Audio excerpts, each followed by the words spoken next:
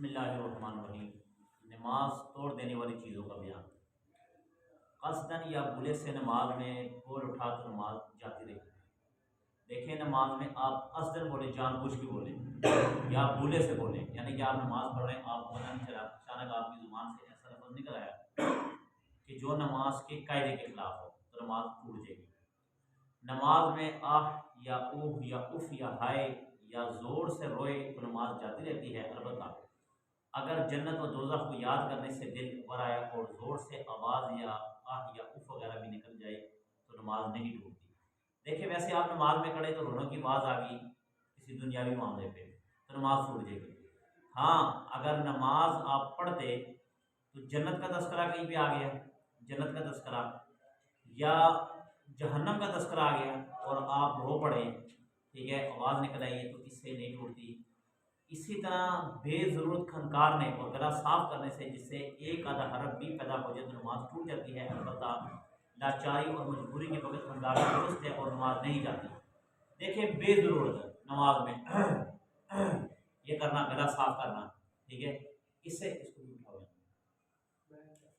ये इससे नमाज ना टूट जाती है बेज़रूरत। हाँ, अगर मजबूरी हो, जैसे किसी का गला खराब हो, इमाम तिलावत कर रहा है, किरत कर रहा है, अचानक उसका गला खराब हो जाए तो वो उसकी इजाज़त है, बेजरूरत नहीं करनी चाहिए। नमाज में छींक आई, इस पर अल्हम्दुलिल्लाह कहा तो नमाज नहीं गई, लेकिन ना कहना चाहिए। अगर किसी और को छींक गई और उसने नमाज ही में इसको यरहमुल्लाह कहा तो नमाज जाती है।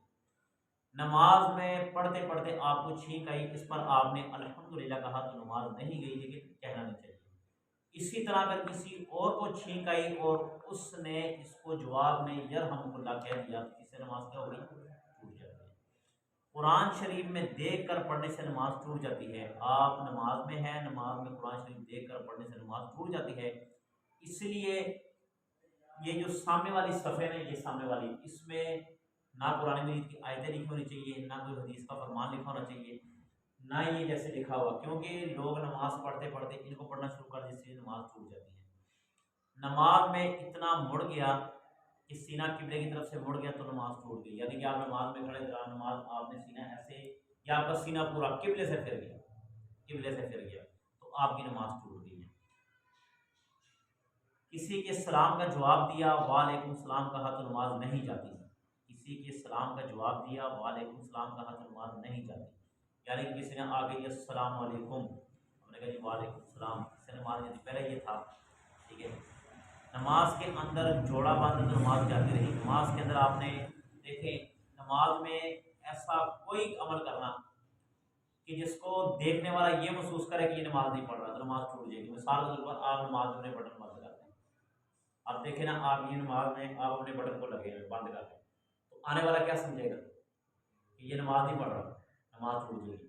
इसी तरह नमाज में अपनी पगड़ी सही कर रहे हैं, नमाज में आप अपनी दाढ़ी के साथ लगे, मूँछों के साथ लगे हुए हैं, यानी कि ऐसा हरकत कर रहे हैं कि जो नमाज से बाहर की जाती है, और देखने वाला ये देखे, समझे कि नमाज नहीं पढ़ रहा, तो नमाज टूट जाएगी। नमाज में कोई चीज़ खा ली या कोई चीज़ पी ली तो नमाज जाती रही, यहाँ तक कि अगर एक तिल या दरा उठाकर खा ले तो भी नमाज टूट जाएगी। अलबत्ता अगर अगर दर वगैरह कोई चीज़ दांतों में अटकी हो तो उसको निकल गई, अगर चने से कम हो तो नमाज हो गई, और अगर चने के बराबर या ज़्यादा हो तो नमाज टूट गई। देखें, आपने नमाज के दौरान कुछ चीज़ बाहर से उठाकर खा ली तो नमाज टूट जाएगी, चाहे वो एक हल्का सा नानी पर तेल या तेल के बराबर ही हो, और नमाज टूट जाएगी।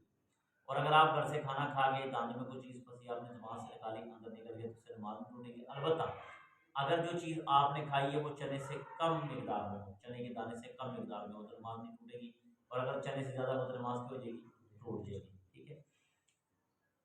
इसी तरह मुंह में पान दबाया हुआ और उसकी भीख हलक में जाती रही तो नमाज नहीं हुई। मुंह में पान है और उसकी जो है वो अंदर जा रहा है तो नमाज नहीं हुई। इसी तरह दौरान नमाज लोग मुंह में ठापियाँ या इसी तरह बबल वगैरह मुंह में रख लेते हैं, ठीक है, नमाज पढ़ते रहते हैं और उसका जायका लेते रहते हैं, ये ऐसा नहीं करना चाहिए, इससे नमाज नहीं होती, ठीक है। कोई मीठी चीज़ खाई फिर खुली करके नमाज पढ़ने लगे, लेकिन मुंह में इसका मज़ा कुछ बाकी है और थूक के साथ हलक में जाता है, तो नमाज सही है। देखिए, आप कोई मीठी चीज़ खा कर आए, उसके बाद आपने इसी तरह कुरली कर ली है, फिर उसका जायका आपको अंदर से महसूस हो रहा है, तो कोई बात नहीं। जैसे बंदा गोश्त काफ़ी खा लेता है ना, काफ़ी खाने के बाद आप नमाज पढ़ने आ गए, आपने कंगाली भी कर ली, मगर उसके बावजूद उसका जायका क्या रहता है? रहता है। नमाज में कुछ खुशखबरी सुनी और इस पर अल्हम्दुलिल्लाह कह दिया, किसी की मौत की खबर सुनी, इस पर इन्ना लिल्लाहि व इन्ना इलैहि राजिऊन पढ़ा तो नमाज जाती रही। अब आप नमाज पढ़ रहे, पीछे से खुशखबरी आ गई, अगला जुम्मा तक अब सुभान अल्लाह माशाअल्लाह कह दिया, ठीक है ना। तो नारी खबर आ गई जी, इस दफ़ा नहीं, तो नाल पढ़ दिया इन्ना लिल्लाहि व इन्ना इलैहि राजिऊन, नमाज गई। कोई लड़का वगैरह गिर पड़ा, इसके गिरते वक्त बिस्मिल्लाह कह दी तो नमाज जाती रही। यानी कि जैसे लोगों की आदत होती है ना, औरतें, बच्चा जब गिरता है तो गिरने के बाद कहते हैं बिस्मिल्लाह, इससे भी नमाज टूट जाती है। नमाज में बच्चे ने आकर दूध पी लिया तो नमाज जाती रही, अलबत्ता अगर दूध नहीं निकला तो नमाज नहीं गई। जब नमाज पढ़ते पढ़ते बच्चे ने आकर दूध पी लिया तो नमाज चली जाएगी, ठीक है ना। और अगर दूध नहीं निकला वैसे ही बस, तो फिर नमाज बच जाएगी। अल्लाह अकबर कहते वक्त अल्लाह के अलिफ को बढ़ा दिया और अल्लाह अकबर कहा या अल्लाह अकबर कहा तो नमाज जाती रही। इस तरह अगर किसी के अकबर को बे को बढ़ाकर पढ़ा और अल्लाह अकबर कहा तो नमाज जाती रही। नमाज शुरू करते वक्त इंसान कहता है अल्लाह अकबर, अल्लाह अकबर। अब किसी ने कहा कि अल्लाह अकबर, यानी कि इतना लंबा कर दिया लिफ को, ठीक है, बढ़ा दिया। इसी तरह अकबर की हमजा को अकबर कह दिया, ठीक है ना, तभी नमाज चलेगी। किसी ख़त या किसी किताब पर नज़र पड़ी और इसको अपनी ज़ुबान से नहीं पढ़ा, लेकिन दिल ही दिल में मतलब समझ ली तो नमाज नहीं टूटी, अलबत्ता अगर ज़ुबान से पढ़ ली तो नमाज जाती रही। देखें, किसी ख़त या किसी किताब पर नज़र पड़ी और उसको ज़ुबान से नहीं पढ़ा, लेकिन दिल ही दिल में मतलब समझ ली तो नमाज नहीं है। अगर ज़ुबान से पढ़ ली तो नमाज क्या हो जाएगी, जाती रहेगी। जैसे सामने पढ़ा लिखा हुआ ना, अगर आपने दिल ही दिल में पढ़ लिया और मतलब समझ गए तो कोई बात नहीं। अगर ज़ुबान से पढ़ा, ये सामने लिखा हुआ अल्लाह नूरु समावाति वल अर्ज़, तो नमाज क्या हो जाएगी, ठीक है, हाँ अल्लाह के नाम, ठीक है। अच्छा, तो ये भी जो ना अगर आपने ज़ुबान से पढ़ लिया, वैसे अगर ख़ैरात में है तो कोई बात नहीं, मगर ऐसा भी नहीं नमाज की तरफ पूरी तवज्जो चाहिए।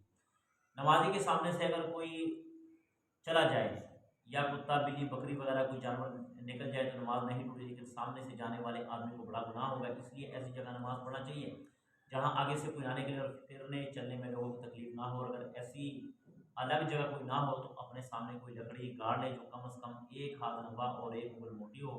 इस लकड़ी के पास वो खड़ी हो और इसको बिल्कुल नाक के सामने ना रखे, बल्कि दानी या बाई आँख के सामने रखे। अगर कोई लकड़ी ना गाड़े तो इतनी ही ऊंची कोई और चीज़ सामने रखे, जैसे हंडिया, तो अब सामने से जाना दुरुस्त है, कुछ गुनाह ना हो। देखें, नमाज पढ़ते वक्त ऐसी जगह नमाज पढ़नी चाहिए जो आम सामने से कोई चीज़ ना गुजरे, कोई चीज़ ना गुजरे, ठीक है ना, हत्ता कि कोई आदमी भी ना गुजरे। और अगर आपको पता है कि मैं ऐसी जगह नमाज पढ़ रहा हूँ कि आगे से किसी ने गुजरना, तो वहाँ पर ये शरीयत ये कहती है कि एक हाथ लंबा, ठीक है, हाथ लंबा कोई चीज़ गाड़ दे ज़मीन में, और ये उंगल है ना, उंगल से मोटी हो वो गाड़ ले। उसके बाद अगर कोई आगे से गुजरता है तो कोई बात नहीं, ये शरीयत ने एक कायदा और हुक्म बयान किया, ठीक है। किसी ज़रूरत की वजह से अगर किबला की तरफ एक आधा कदम आगे बढ़ गई या पीछे हट गई, लेकिन सीना किबले की तरफ से नहीं फिरा तो नमाज दुरुस्त होगी। लेकिन अगर सजदा की जगह से आगे बढ़ जाएगा तो नमाज ना होगी।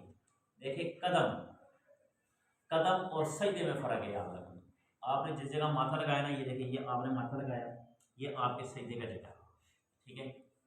और कदम आपकी जगह है, आप एक कदम पीछे हटे या एक कदम आगे बढ़े हैं, मगर सजदा आपको वही पड़ रहा है, समझ गए, तो नमाज ठीक है। और अगर आप एक कदम भी बढ़ गए, आपका सजदा भी आ गया, तो नमाज क्या हो जाएगी, टूट जाएगी, समझ गए ना। जगह वही होनी चाहिए। अल्लाह से दुआ है, अल्लाह